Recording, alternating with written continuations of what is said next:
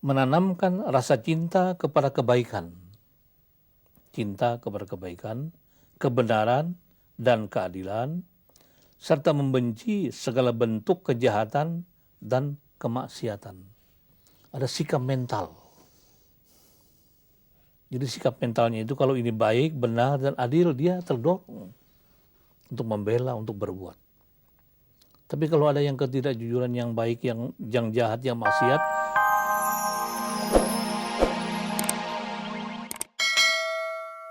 identifikasi masalah manusia fitrah ini ya. Ada beberapa hal pokok yang harus kita perhatikan bersama-sama. Itu yang pertama ya, memupuk iman dan takwa agar tetap tumbuh dan subur dan berkembang dengan mekar. Memupuk ya, Pak? Iya, memupuk iman dan takwa kita supaya dia hidup dan subur. Jadi kalau ibarat tanaman kan harus dipupuk dia itu. Tanahnya bagus, bibitnya baik, kasih pupuk, maka tumbuhlah dia dengan subur, iman dan takwa itu. Jadi umat Islam itu tidak bisa saja, ya anak saya agamanya Islam, Ya, lalu betul. sudah saja begitu. Iya, tidak bisa itu. Dia akan terseret ke kanan dan ke kiri itu. Betul. Seperti layang-layang putus, tidak bertali dia. Iya. Pemupukan ini mungkin seperti memupuk tanaman tadi kata Bapak. Betul. Pemberiannya waktunya harus Iya, tepat. tepat, ya betul. Banyaknya kadarnya. Iya, kadarnya juga betul. Iya. Betul. Ya. Lalu Kemudian yang kedua, meningkatkan amal ibadah yang wajib dan yang sunnah, termasuk ibadah sosial kemasyarakatan. Ini yang kedua yang harus ditingkatkan ini. Meningkatkan amal ibadah yang wajib dan sunnah, termasuk ibadah sosial kemasyarakatan. Jadi itu yang harus ditingkatkan. ya kalau gitu manusia tidak bisa meningkatkan dirinya Iya, saja diri sendiri. Bukan buat diri sendiri, tidak. Untuk masyarakat dia. Sosial di kemasyarakatan. Tidak bisa dia hidup sendiri. Oleh karena itu Nabi kita kan diutuskan rahmatan lil alamin. Iya. Rahmat bagi alam semesta dia. Tidak untuk diri Nabi, tidak. Iya. Kemudian yang ketiga di dalam amal pribadi ini, fitrah ini ialah memperindah diri dengan sifat-sifat terpuji dan akhlakul karimah seperti jujur, disiplin, adil, sabar, ikhlas, tawakal, dan lain sebagainya. Serta menghindarkan diri dari sifat-sifat dan perbuatan tercela seperti sombong, takabur, hasad, iri hati, dengki, bermewah-mewahan, dan lain sebagainya. Ada dua Pak yang ingin saya tanyakan. Iya. Yang pertama ini masalah jujur Pak. Iya, betul. Iya, betul. Iya. Di sekolah saya sebagai guru kadang-kadang melihat masih ada anak-anak yang sambil berpuasa nyontek juga Pak. Iya. Ya inilah jadi memang harus harus dibina betul itu. Jadi dilatih dia. Begitu Pak ya. Betul, dilatih Rupanya dia. kejujuran itu tidak bisa disuruh ya Pak. Iya, tidak bisa. Mesti diteladani. Jadi ada teladan. Jadi ada manusia yang kita perlu, manusia teladan ini. Iya.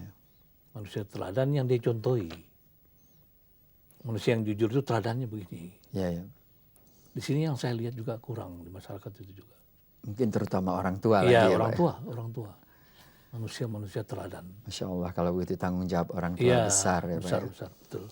Lalu yang kedua, kemudian Pak, tadi Bapak mengatakan bermewah-mewah. Ya, betul. Ini mau Lebaran ini banyak juga yang betul. terjebak dengan. Ya, ini memang ya suasana sekarang yang digalakkan ini kan suasana bisnis ini Pak, ekonomi. Jadi yang membuat Lebaran yang bermewah ini ya orang-orang ekonomi ini untuk melakukan barangnya, menjual barangnya dan sebagainya. Tapi kan boleh Pak, bermewah-mewah tapi berzakat-zakatnya juga kuat. Betul. Ya, mungkin tidak melampaui batas. Iya, tidak melampaui batas. Yang wajar-wajar aja lah begitu, wajar-wajar. Jangan sampai menerbitkan kecemburuan sosial itu, jangan Pak. Hanya memperindah Idul Fitri itu boleh ya Pak ya? Itu boleh. Syiarnya diperindah, itu baik, itu memang diperintah itu. Iya Pak. Diperintah oleh Nabi, kamu ya pilihlah baju yang paling baik pada hari itu supaya ada kegembiraan hati. melihat bergembiralah. Terutama anak-anak senang pakai baju baru. Baju Pak. baru. Kemudian Betul. Selanjutnya, Pak. Kemudian yang keempat, menanamkan rasa cinta kepada kebaikan. Cinta kepada kebaikan, kebenaran, dan keadilan, serta membenci segala bentuk kejahatan dan kemaksiatan. Ada sikap mental. Jadi sikap mentalnya itu kalau ini baik, benar, dan adil, dia terdorong untuk membela, untuk berbuat. Tapi kalau ada yang ketidakjujuran, yang baik, yang jahat, yang maksiat, dia ada sikap mental untuk menjauhi itu, tidak memperbuat itu. Ini yang harus dibina. Meskipun tidak berbuat, Pak, melihat saja harus dia jauhi. Betul, betul. Saya pernah berbeda pendapat, Pak, dengan beberapa generasi muda, maksud saya, atau orang tua juga, yang dia senang melihat film yang keras, yang ada kejahatan-kejahatan. Itu bagaimana menurut Bapak? Ya kalau dari segi, kalau orang yang berumur dia sudah bisa menimbang itu ya. Tapi yang rawan ini kepada anak-anak. Saya melihat itu dia meniru saja kan. Iya. Tapi kepada orang yang tua dia bisa menimbang itu. Ada timbangan di dalamnya lebih itu. Tapi yang berbahaya ini adalah kepada anak-anak. Anak-anak melihat film-film yang keras itu, yang sadisme, yang pornografi, macam-macam kan sekarang begitu itu. Iya. Nah, ini saya kira itu yang dari segi pendidikan itu juga mempengaruhi kepada jiwa anak itu sendiri. Tapi insya Allah puasa ini bisa memberikan timbangan yang baik bagi anak-anak ya Pak ya? Betul. Jadi puasa inilah sebetulnya sebagai keseimbangan kepada dia kan. Jiwanya yang diisi. Amin. Ya. Amin. Ya. Kemudian Pak? Kemudian yang terakhir, yang kelima ialah segera bertaubat kepada Allah bila merasa berbuat dosa dan minta maaf kepada orang lain bila merasa bersalah. Jadi ini sikap-sikap pribadi yang dibentuk di dalam dengan adanya latihan di dalam bulan Ramadan. Kalau rasa berbuat dosa ya minta ampunlah kepada Allah. Allah Maha Pengampun. Allah Ghafurur Rahim. Minta ampun kepada Allah. Kalau kita masa berbuat salah kepada orang lain, minta maaf. Saya minta maaf kepada saudara. Saya salah tadi. Jangan mendendam. Islam itu tidak boleh mendendam. Salah satu sifat yang paling buruk itu ialah mendendam. Islam melarang mendendam. Itu. Ada ini Pak, ada orang tua yang waktu anaknya minta maaf, lalu dia mengatakan begini, ya saya maafkan kamu sekarang, tapi pasti kamu buat lagi itu perbuatan itu. Iya, betul. Bagaimana itu Pak? Kalau di dalam agama itu kalau kita berbuat salah, kita bertobat, tidak akan mengulangi lagi, berjanji kepada diri, tidak akan mengulangi lagi kesalahan itu. Jadi dia harus bertekad ya, harus bertekad. Harus menutup itu. Sampai di sini saja. Saya tidak akan berbuat lagi. Itu yang dinamakan taubatan nasuha di dalam agama. Taubat nasuha itu. Yeah. Dia berjanji tidak akan memperbuat lagi di belakang harinya. Karena itu mungkin dengan yang 5 faktor tadi, seseorang bisa kembali kepada fitrahnya Pak ya. Jadi kalau 5 ini dia bina di dalam dirinya, maka dia membina diri menjadi orang yang fitrah. Insya Allah. Dalam fitrah.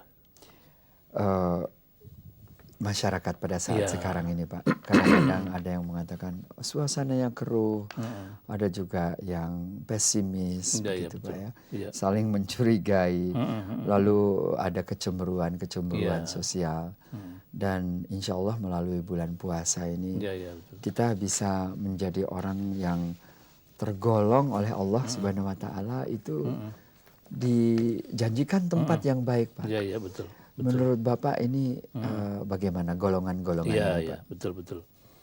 Jadi oleh karena itu tadi dari segi pribadi, sekarang kita melanjutkan ini dari segi masyarakat fitrah ini. Jadi bagaimana ciri-ciri dari masyarakat fitrah itu? Masyarakat fitrah adalah masyarakat yang bersih seutuhnya. Ya, berarti fitrah bersih. Masyarakat yang didukung oleh insan-insan fitrah dari atas sampai ke bawah. Di dalam masyarakat tersebut tercermin suasana kehidupan yang rukun dan damai.